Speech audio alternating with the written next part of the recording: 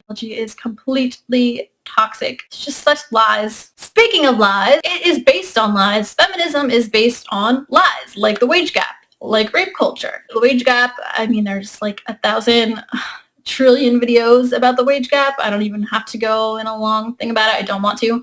But basically, it's because of the hours worked and the different choices that women make less. It's not because of discrimination in the workplace. There was a law passed called the Equal Pay Act, which doesn't allow gender discrimination in the workplace, so that is illegal. Rape culture is a complete and utter myth. I actually have a story about this one. In college, I actually was in a sorority and we had someone come to see us and it was super dramatic and they told us about rape culture. They told us that 1 in 3 or 1 in 4, I don't remember the statistic, it always changes, who knows, but they either told us 1 in 4 or 1 in 3 of us were going to get raped. And they basically did the thing where they go, look to your left, look to your right.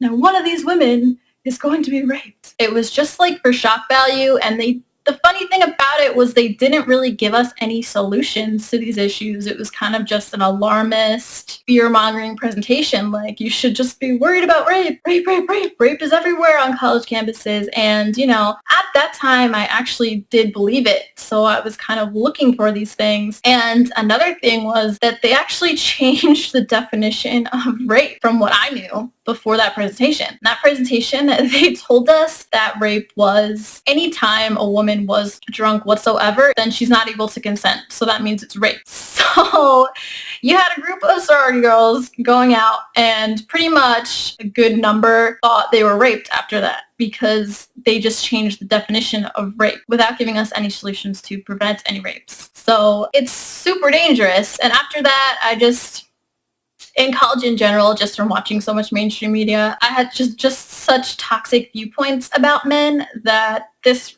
did affect me, and I don't think it's right to be telling women all these lies.